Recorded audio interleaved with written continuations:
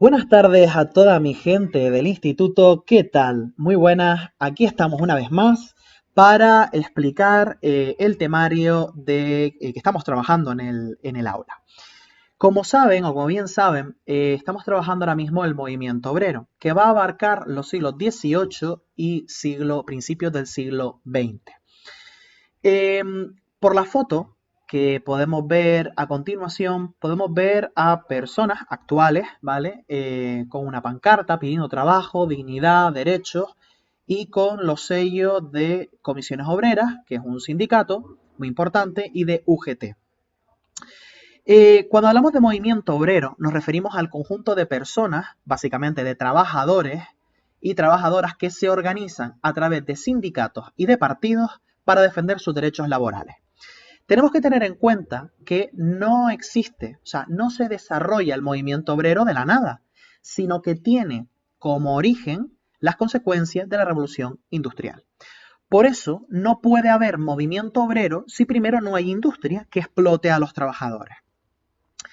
Les he indicado aquí a continuación un pequeño fragmento en el que puede leerse cómo no solamente los hombres adultos o las mujeres adultas, sino que también los niños y las niñas trabajaban en jornadas de trabajo de 12 a 16 horas, tanto de día como de noche. Y es que la realidad de los trabajadores del siglo XIX va a ser la de los bajos salarios, la falta de higiene, viviendas que no están preparadas, que no tienen agua y luz corriente, y que por tanto esas malas condiciones de vida se unen al hecho de que los niños están sin escolarizar.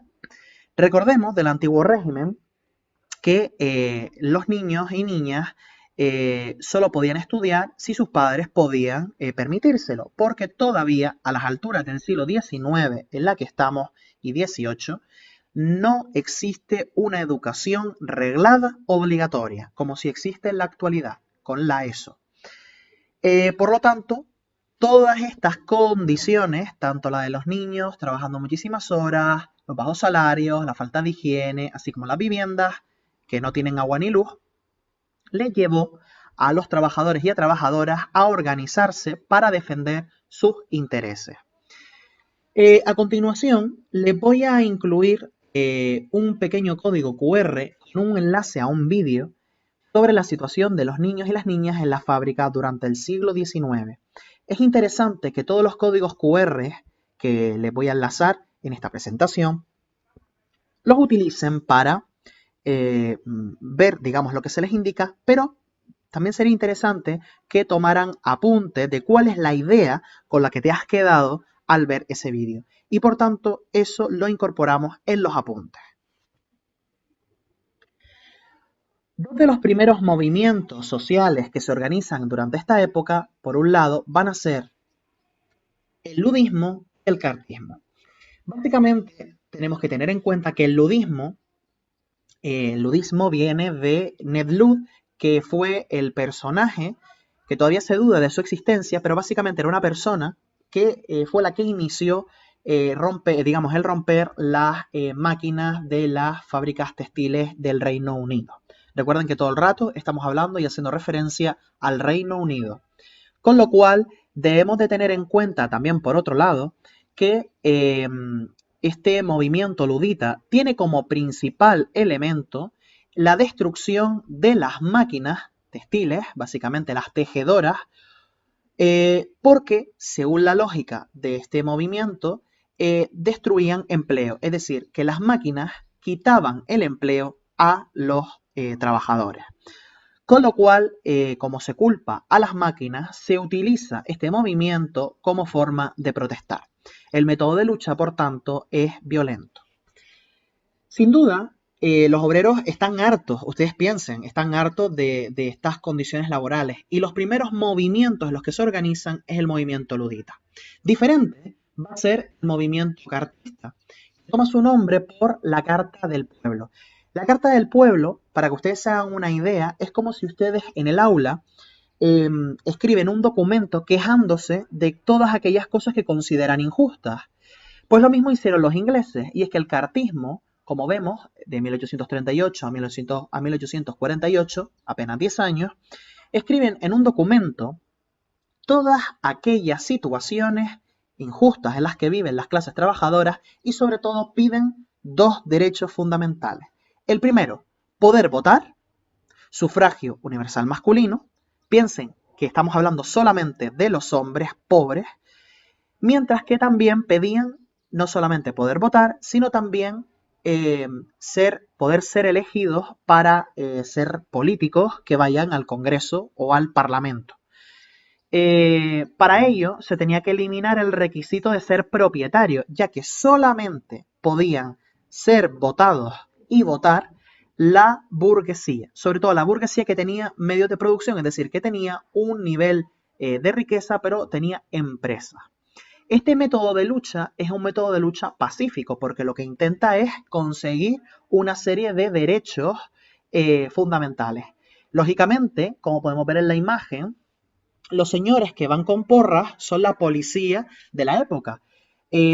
La burguesía no va a querer de ninguna de las maneras al principio del siglo XIX darle el derecho a los hombres pobres, atención, hombres, no estamos hablando de mujeres, el derecho al voto. Y es que precisamente, aunque este movimiento fracasó, que se reprimió duramente por parte de la policía, gracias a este movimiento, aunque fracasó en sus objetivos de conseguir el derecho al voto para los hombres pobres, a los hombres trabajadores y el poder ser elegidos, se crearon leyes que prohibieron el trabajo en las minas de niñas, niños y mujeres, en este caso los niños y las niñas menores de 10 años. Con lo cual, este movimiento consiguió poco, no consiguió sus objetivos, pero al menos consiguió que los niños y niñas menores de 10 años y las mujeres no trabajaran. Lo de que las mujeres no trabajaran en las minas era un problema, porque en el fondo también les estaban quitando ese espacio público a las mujeres, ¿de acuerdo? Bien, vamos a explicar por qué de alguna manera el derecho al voto todavía solamente está reservado a las clases pudientes, es decir, a las clases burguesas, propietarias por tanto de empresas. Básicamente, durante la Revolución Francesa o con la Revolución Francesa, supuestamente el campesinado iba a mejorar su situación teniendo derechos, ya que la burguesía le había prometido que con la revolución o con las revoluciones liberales se iban a conseguir derechos fundamentales para los campesinos. Sin embargo, cuando la burguesía llega al poder, restringe esos derechos solamente para las clases burguesas, con lo cual solamente podrán votar, solamente podrán ser y tener, digamos, derechos, en este sentido, los hombres de la burguesía. Por tanto, cuando solo votan las clases pudientes, hombres pudientes, hablamos de sufragio censitario. Esto es contrario, ¿vale? Este concepto es contrario al de sufragio universal masculino, que significaría que solamente los hombres tendrían el derecho a votar. Sin embargo, una cuestión como la del derecho al voto es fundamental porque mientras los hombres de las clases trabajadoras intentan conseguir ese derecho al voto, todavía sin conseguirlo plenamente, las mujeres también están haciendo su andadura. Y es que el movimiento feminista también tiene su origen en la Revolución Francesa. Antes de comenzar a explicar lo que es el movimiento feminista y cómo surge y se desarrolla, es necesario que expliquemos primeramente una serie de conceptos para que no nos lleve a ningún tipo de error. Cuando nosotros hablamos de feminismo, nos estamos refiriendo al movimiento de organización formado básicamente por mujeres, de ahí feminismo, fem habla de mujer, ¿vale? Es un término que viene del latín, y que se organiza básicamente estas mujeres para conseguir la equiparación, la igualdad entre hombres y mujeres. Básicamente porque los hombres son los únicos que tienen los derechos ahora mismo. El feminismo busca equipararse en derechos con respecto a los hombres, conseguir la igualdad. Con lo cual, cuando escuchemos la afirmación de yo no soy ni machista ni feminista, es una afirmación incorrecta, Porque mientras que el feminismo es un movimiento organizado de mujeres, es decir, es un movimiento de organización que busca la igualdad, el machismo es una actitud por la cual los hombres son superiores a las mujeres. Hay que tener en cuenta una cuestión, y es que el machismo, ¿vale? Todas las sociedades actuales y del pasado están marcadas por esta actitud, por el machismo, básicamente porque el machismo se enseña a través de la cultura, de la educación. No es que directamente alguien te diga yo soy hombre y por el hecho de ser hombre soy mejor que una mujer, pero no, sino que se enseña de otras maneras, de forma más sutil. Por ejemplo, con las tareas del hogar, por ejemplo, con lo que le permiten salir a un hombre y una mujer cuando tienen la misma edad, cuando son pequeños, por parte de los padres. Incluso también podríamos hablar de los estereotipos sexistas que mantienen a la mujer jugando con cacharritos y con cocinas en los catálogos de los juguetes de Navidad, mientras que a los hombres con coches y con otro tipo digamos, de profesiones duras, ¿no? Lo contrario, por tanto, a machismo sería embrismo, es decir, si machismo se mirara en un espejo, lo que se encontraría es el embrismo, que básicamente es la actitud por la cual las mujeres se sienten superiores a los hombres. No obstante, hay que tener en cuenta una cuestión, y es que el embrismo no es representativo, es decir, puede haber mujeres que se sientan superiores a, a los hombres, pero esta actitud no se enseña a través de la educación. Lo que se enseña, desgraciadamente, es el machismo. En este sentido, en el marco de la Revolución Francesa, se desarrolla el movimiento feminista. ¿Por qué? Porque básicamente, no sé si lo recordarán, cuando hablábamos de la Revolución Francesa, decíamos que, dado que en el antiguo régimen el campesinado, los trabajadores, de las ciudades, los artesanos, no tenían, y la burguesía, no tenían derechos, porque básicamente el antiguo régimen estaba basado en los privilegios de la nobleza, el clero y la burguesía, y la realeza sobre todos los demás. Durante la Revolución Francesa, la burguesía y el pueblo crean lo que se llama la Declaración de los Derechos del Hombre y del Ciudadano, que básicamente son como una carta o un documento en el que se reflejan cuáles son los derechos, pero también los deberes, ¿vale? Los derechos en este sentido, que los ciudadanos deben tener solamente por el hecho de nacer. Recuerden aquello de, que además esto es literal del texto, todos los hombres por el hecho de nacer son libres. Ojo con el texto, dice todos los hombres, pero ¿y las mujeres? Y es que en el texto solo se consideran derechos a los derechos de los hombres. Y muchas mujeres de las clases pudientes de esta época, ¿vale? Que tenían la oportunidad de leer, aunque sea un poquito, que tenían la oportunidad de saber leer y escribir, se preguntaban, pero bueno, esta igualdad y esta libertad solamente es para los hombres, pero ¿y las mujeres dónde estamos? Pues básicamente la palabra, el concepto con el que ellas se van a identificar durante este tiempo es el de excluidas, básicamente porque están excluidas de los derechos. Para ello, una mujer muy importante dentro del feminismo del siglo XVIII va a ser Olympia de Gouges, que por cierto va a ser guillotinada por sus ideas durante la Revolución.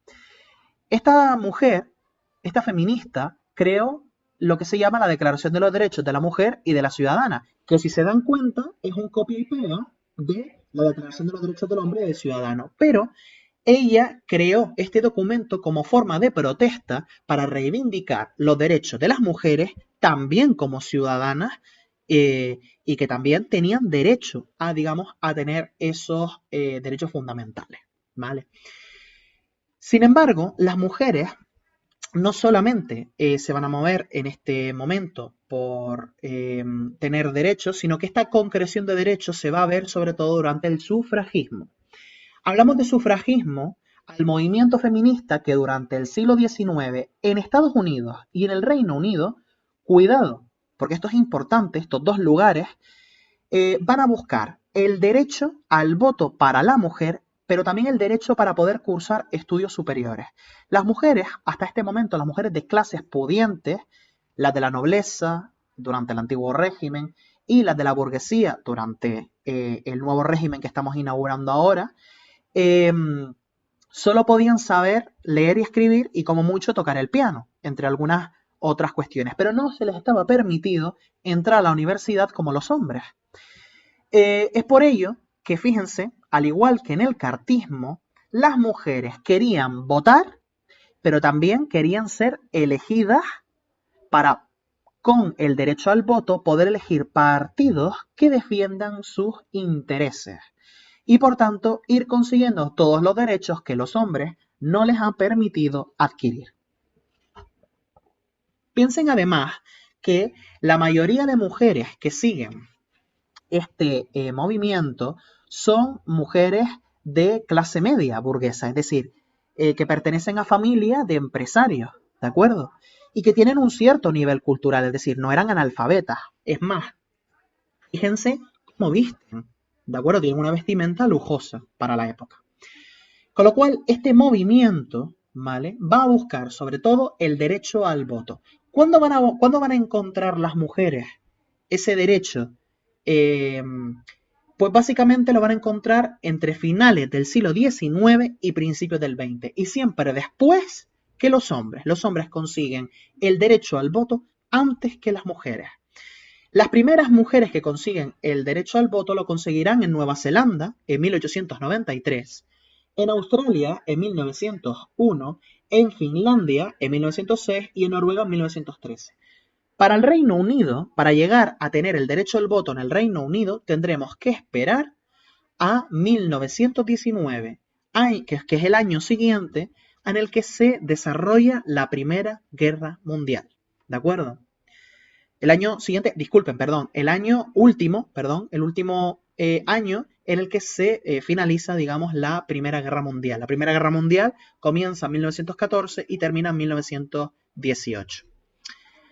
A continuación, les tengo aquí un código QR que me gustaría que vieran. Es el trocito, es el fragmento de la película de Mary Poppins, en el que se puede ver cómo la madre de los chavales busca el derecho al voto. También, como les he explicado, me gustaría que la idea que extraigan ustedes de este vídeo la anoten también, la añadan también en los apuntes. Siguiente digamos, del movimiento obrero que vamos a explicar es el marxismo y comunismo. He puesto por ello teoría y práctica. Cuando hablamos de marxismo nos referimos sobre todo a las ideas del filósofo alemán Karl Marx, que junto con Friedrich Engels son los creadores del manifiesto comunista. El marxismo es la ideología que defiende la abolición, es decir, el acabar con la propiedad privada de los medios de producción, es decir, acabar con que haya dueños de fábricas o de empresas, ¿de acuerdo? Y quiere también el marxismo abolir el sistema de clases, es decir, el que existan diferentes clases sociales a través de las cuales se establezca una diferencia, una desigualdad entre ellas. El marxismo, sobre todo, se caracterizó por criticar el sistema capitalista. ¿Qué va a criticar del sistema capitalista? Pues básicamente va a cuestionar la misma base del sistema y es el hecho de que el empresario se quede con el beneficio y explote a los obreros. Además, se va a quejar de que el sistema capitalista lleva a los empresarios siempre a acumular cada vez más capital. Esto se puede explicar fácilmente con esta sencilla frase que hemos escuchado alguna vez, de que en tiempos de crisis los ricos son más ricos y los pobres siguen siendo pobres. ¿De acuerdo? Para que podamos contextualizar un poquito esta ideología, sería interesante que pausaran este vídeo y escanearan el código QR. Le va a llevar a la canción más importante de los trabajadores y trabajadoras que se van a identificar con las ideas del marxismo, que se llama Arriba Parias de la Tierra, que les recomiendo que vean hasta el final. Como siempre, la canción tiene una serie de mensajes, sería interesante que rescataran algunos y que los incluyeran en los apuntes. Para continuar explicando esto del marxismo, tenemos que plantearnos qué es lo que plantea ¿qué es lo que explica el marxismo? ¿Qué es lo que quiere el marxismo? El marxismo lo primero que quiere hacer para acabar con esta desigualdad del sistema de clases, para acabar con esto de que el empresario explota a los obreros, plantea que lo que hay que hacer es una revolución obrera. Lo mismo que una revolución burguesa, es decir, que lo mismo que la revolución francesa, pero en lugar de estar dirigidas por la burguesía, estén dirigidos por trabajadores. ¿Para qué? Pues para tomar el control del Estado a partir de la fuerza, ¿vale? Como en la época de la Revolución Francesa. ¿Pero cómo? Pues a través, organizados los trabajadores, a través de un partido obrero. Es decir, el partido obrero sería el medio para que los trabajadores y trabajadoras consiguieran realizar esta revolución proletaria u obrera. Tras conquistar el Estado, ¿vale? Las empresas, todas las empresas que pertenecerían a personas privadas, a los empresarios capitalistas, se pondrían bajo el control del Estado. Es decir, en otras palabras, se cogen todas las empresas y se nacionalizan, es decir, se convierten en públicas. De privadas se convierten en públicas. ¿Para qué? Pues para que, por ejemplo, el agua, la luz, el gas, todos esos servicios se les pueda garantizar a los trabajadores y las trabajadoras sin tener que pagar todas las subidas de precio que se producen todos los años. Y una vez que eso sucede, ¿vale? Se llega a lo que Karl Marx y Friedrich Engels hablaban de comunismo. ¿Qué es el comunismo? Fíjense, hasta el momento, en estos dos pasos tenemos socialismo. Es decir, cuando se toma el poder por parte de los obreros y se ponen las empresas bajo el control del Estado, es decir, se hacen públicas, esas empresas, estamos hablando de socialismo. ¿Cómo llegaríamos al comunismo según Marx? Pues una vez que estas empresas se hayan nacionalizado, se cogen esas mismas empresas y se les da a los trabajadores, ¿de acuerdo? Y a las trabajadoras. Es decir, que ahora los trabajadores serían algo así como una especie de cooperativas. Las cooperativas, para quienes no lo sepan, son modelos de empresa por las cuales los dueños y los trabajadores son los mismos, es decir, los trabajadores, ¿vale? Con lo cual, una vez que se pone en manos de los trabajadores y las trabajadoras el control y la dirección de las empresas, se llegaría, por tanto, a la desaparición de las clases sociales y, por tanto, también del Estado. Se eliminarían las clases sociales porque este sistema de organización social es injusto y, por tanto, se llegaría al comunismo, que sería una sociedad igualitaria en la que cada uno, ¿vale?, recibiría bienes en función de lo que aporte, es decir, tanto trabajas, tanto tienes, según tus necesidades.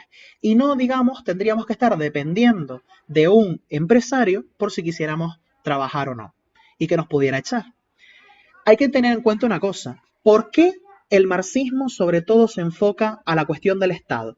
Pues básicamente porque la burguesía, cuando tras la Revolución Francesa llega al poder, lo que hace básicamente es utilizar el Estado en contra de los obreros. Usa la policía para reprimir a los manifestantes, crea leyes a favor de los ricos, como por ejemplo el sufragio censitario, impide que gran parte de la población tenga derechos, etc. Algo diferente con respecto al marxismo y al comunismo es el anarquismo. El anarquismo tiene, digamos, su origen en uno de los más importantes filósofos rusos de esta época, mientras que en el caso del marxismo hablábamos de un filósofo alemán. Perdón, aquí he tenido una rata, me ha faltado la tilde, ¿vale? En el caso del anarquismo tenemos a uno de sus padres fundadores, que es Bakunin, Mikhail Bakunin. ¿Qué es lo que planteaba el anarquismo? Bakunin planteaba, al igual que el marxismo, que están en contra del Estado. El Estado es el problema. Anarquismo significa sin autoridad. Y además coincidían, como digo, con los marxistas en que para poder llegar a una sociedad igualitaria no debían haber ni clases sociales ni Estado. Pero la diferencia entre ellos es la manera de llevar a cabo esa revolución.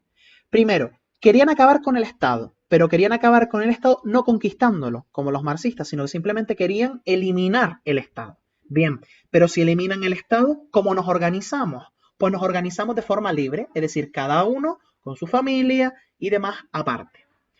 Además, no querían crear partidos obreros, aunque aceptaban crear sindicatos. No querían crear partidos porque decían que eso era una cosa que no era útil, al igual que presentarse a las elecciones, porque era algo que para ellos no era útil.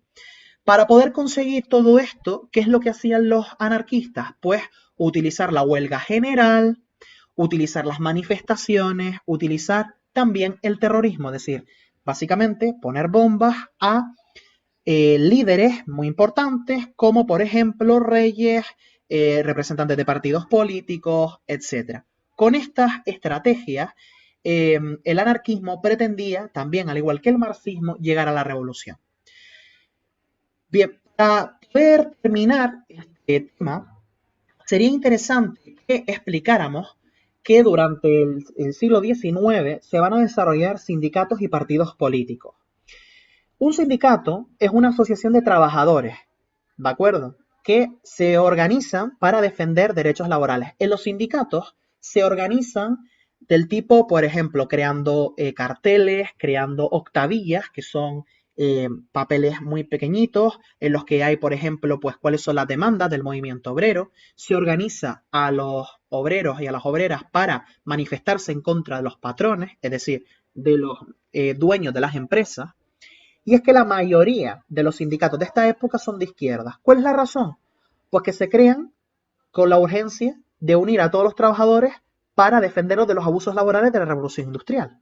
Dicho de otro modo y de forma más sencilla, la mayoría de sindicatos de izquierdas que surgen en este siglo XIX surgen para defender a los trabajadores de los abusos laborales de los empresarios. Vamos a poner algunos ejemplos.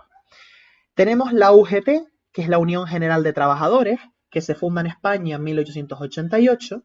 Este sindicato todavía sigue funcionando y si se dan cuenta, la UGT está en el cartel que veíamos de lo que era el movimiento obrero, ¿vale? Aquí podemos ver UGT, ¿de acuerdo? También tenemos comisiones obreras, ¿de acuerdo? Que es otro sindicato de izquierda.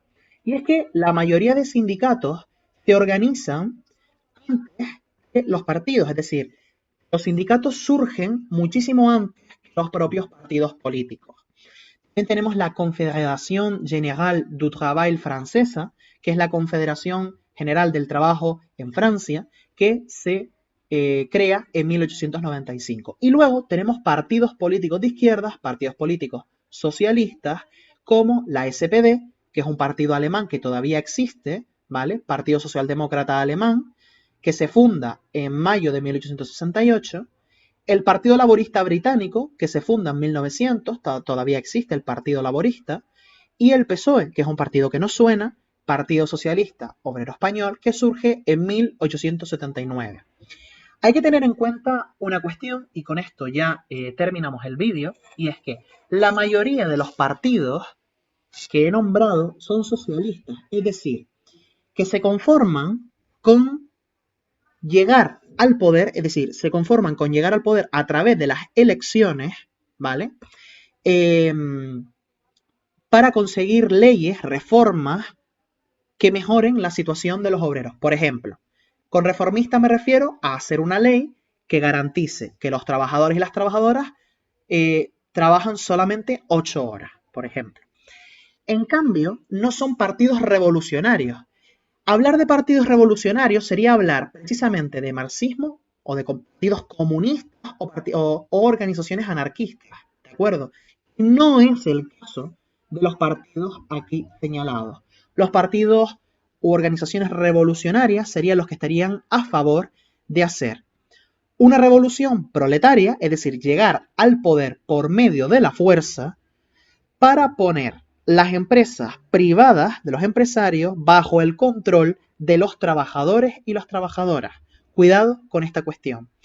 Bueno, espero que les haya gustado este vídeo, que les haya sido útil y ya saben que cualquier cuestión pueden plantearla en el aula o a través del correo electrónico igualdadguille@gmail.com. ¿De acuerdo? Un saludo muy grande. Hasta luego.